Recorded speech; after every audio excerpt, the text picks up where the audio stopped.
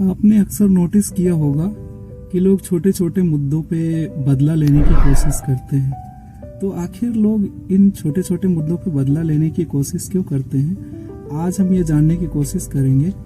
इसके बहुत सारे रीज़न हैं, कुछ रीजंस मैं आपको बताऊंगा और 8वां और 9वां रीज़न सबसे इम्पॉर्टेंट है क्योंकि वो साइंस से रिलेटेड है और मैं आपको न्यूरो साइंस भी एक्सप्लेन करके बताऊंगा।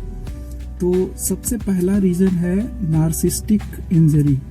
होता क्या है कि जब आप किसी व्यक्ति को कुछ जैसे छोटी छोटी चीज़ें जैसे अपमानित कर देते हो या बीच में आप टोक देते हो या ट्रैफिक में कोई उनको काट देते हो, तो उनको क्या होता है कि एक तरह की इंजरी फील होती है, बिल्कुल वैसा ही जैसा उनको तब फील होता है जब उनको कोई फिजिकल पेन होता है, कोई दर्द होता है। तो ये क्यों होता है? क्योंकि ईगो फ्रेजाइल होता है। फ्रेजाइल मतलब बहुत जल्दी से टूट जाता है। तो ईगो एक तरीके से वो चीज़ होती है जो कि आप किसी का ईगो अगर हर्ट करोगे तो वो बड़ी जल्दी रिएक्ट करेगा और आपसे बदला लेने की कोशिश करता है। क्योंकि आप जब किसी का ईगो हर्ट करते हो तो उस व्यक्ति के अंदर फीलिंग ऑफ ग्रैंडियोसिटी होती है, मतलब कि वो अपने आप को महान फील कर रहा होता है और आप उसकी महानता पे सीधे चोट कर रहे होते हो। और दूसरी चीज़, अगर आप किसी की सेल्फ इमेज या उसके होलनेस या उसकी कंप्लीटनेस पे चोट करते हो या उसको तोड़ने की कोशिश करते हो, तो वो व्यक्ति क्या करता है कि आपको वापस से, ताकि उसको कभी सेम फील ना हो, गिल्ट फील ना हो, तो वापस से जवाब देने की कोशिश करता है। दूसरा रीज़न है फिजिकल एक्सपीरियंस। फिजिकल एक्सपीरियंस वो चीज़ होती है कि मान लीजिए आपको कहीं पेन हो रहा है तो आपके ब्रेन में एक सिग्नल जाता है, पेन का सिग्नल। ये फिजिकल एक्सपीरियंस है। लेकिन कई बार ऐसा होता है कि हम मेंटल पेन की वजह से भी फिजिकल पेन का एक्सपीरियंस करते हैं।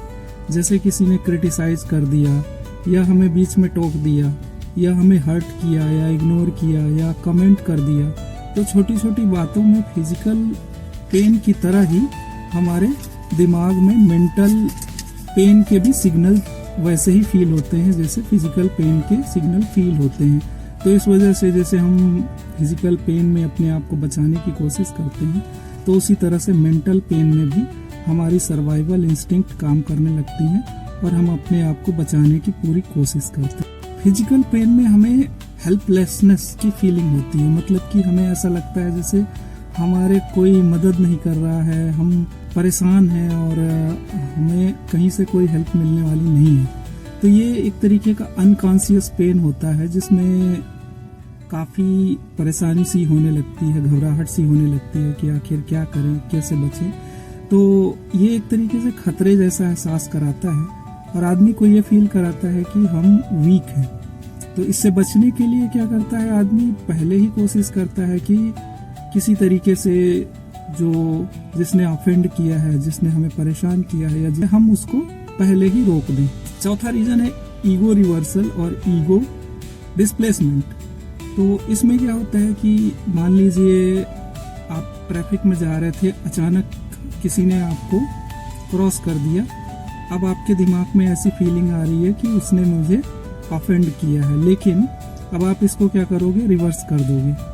आप कहोगे कि उसकी गलती है, गलती उसने की है, उसने ऑफेंड किया है। हालांकि हो सकता है वो किसी रीज़न की वजह से ऐसा कर रहा हो, लेकिन आप अपने आप को मॉरल हाई ग्राउंड में रखने के लिए ऐसा बोलोगे कि उसने गलती करी है तो उसे सज़ा भी मिलनी चाहिए। इसमें आपका फीलिंग ऑफ जस्टिस का भी फील होता है, जिसकी वजह से आप अगर कोई एक्शन, फ्यूचर एक्शन उस पर लेते हो तो आपको कुछ गलत फील नहीं होता है। इसके बाद हैबिट फॉर्मेशन। हैबिट फॉर्मेशन में क्या होता है कि जैसे आप बार बार यही बिहेवियर से किसी के ऊपर, किसी ने कुछ आपके साथ छोटा मोटा फ्रस्ट्रेशन वाला बिहेवियर किया तो आप उसके ऊपर गुस्सा करते हो या फिर आप उसको बदला लेने की कोशिश करते हो। धीरे धीरे ये बिहेवियर लगातार जब कई बार होता है, रिपीट होता है, रिपीटेड बिहेवियर, तो ये फिक्स हो जाता है हमारे ब्रेन में।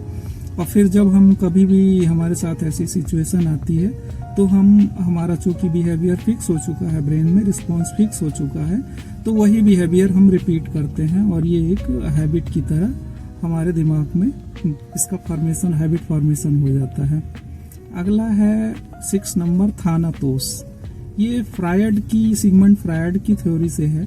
इसमें थानातोस का मतलब होता है डेथ ड्राइव। जिस तरह से हमारे जिंदगी में, लाइफ में जीने के लिए हमारे अंदर जो जोश होता है, हमारे अंदर जुनून होता है, उसी तरह से कई बार जब हम बहुत परेशान हो जाते हैं तो कुछ ऐसा हमारे अंदर जुनून होता है कि जो हमें मरने के लिए या सब कुछ खत्म कर देने के लिए प्रेरित करता है।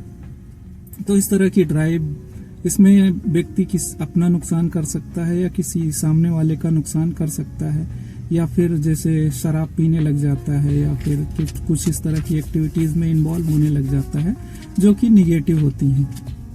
अगला है मॉडर्न न्यूरोसाइंस क्या कहता है। तो मॉडर्न न्यूरोसाइंस के हिसाब से हमारे ब्रेन में न्यूरल पाथवेज होते हैं। न्यूरल पाथवेज क्या होते हैं? जो रिपीटेड बिहेवियर होते हैं, बार बार हम एक तरह से जब चीजें करते हैं तो उनके लिए पाथवेज स्ट्रांग होते चले जाते हैं और ये एक लर्न्ड बिहेवियर में आ जाता है, जो कुछ हमने सीख रखा होता है। तो जैसे हम बार बार किसी फ्रस्ट्रेशन से गुजर रहे हैं, लोग हमारा इंसल्ट कर रहे हैं, हम उसका बदला ले रहे हैं और फिर बार बार ये हमारे रिपीटेड बिहेवियर में जा रहा है, तो इससे क्या होता है कि ये सेम पैटर्न हमारे दिमाग में, हमारे ब्रेन में फिट होता चला जाता है और फिक्स हो जाता है। अगला है रिवार्ड थ्योरी।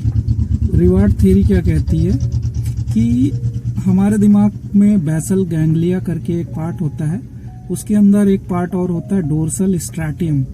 डोर्सल स्ट्रैटियम का काम क्या है कि जब कोई रिवार्ड, जब कुछ काम हम कंप्लीट कर लेते हैं, फिनिश कर लेते हैं, तो ये सेक्शन लाइट अप हो जाता है रिवार्ड जैसा। जैसे हमने कुछ मिठाई खाई तो ये एक्टिवेट हो जाता है, तो उसी तरह से जब इसको फील होता है कि कुछ इसने अचीव कर लिया है तो ये एक्टिवेट हो जाता है। तो इसी तरीके से जब हम बदला लेते हैं तो डोर्सल स्ट्रैटियम एक्टिवेट हो जाता है, क्योंकि इसको लगता है कि हमने काम कंप्लीट कर लिया है।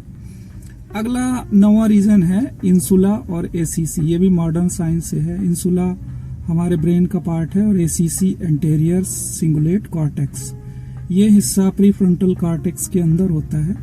इसमें किसी तरह की हर्ट फीलिंग, रिजेक्शन या इनजस्टिस जैसी फीलिंग होती है तो ये सेक्शन एक्टिवेट हो जाता है और इस सेक्शन के अंदर जैसा कि पेन में फील होता है या दर्द में या फीलिंग्स होती हैं जिनमें कि हमें पेन फील होता है, तो उसी तरीके से इस सेक्शन के अंदर जैसा कि हमें हर्ट या रिजेक्शन या इनजस्टिस हमारे साथ जब होता है तो ये सेक्शन एक्टिवेट हो जाता है।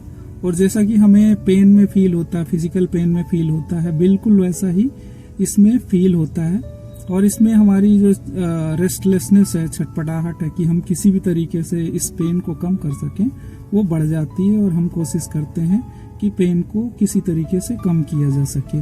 और इसी वजह से पेन को कम करने के लिए हम क्या करते हैं, शॉर्ट टर्म एक्शन लेते हैं जिससे कि हमें ज़्यादा फायदा हो। हम छोटे छोटे एक्शन ले लेते हैं, जैसे कि हम तुरंत बदला लेने की कोशिश करते हैं, बजाय कि हम उसके बारे में सोचें कि इसके क्या लॉन्ग टर्म इन्फ्लुएंस, क्या लॉन्ग टर्म इम्पैक्ट्स होंगे।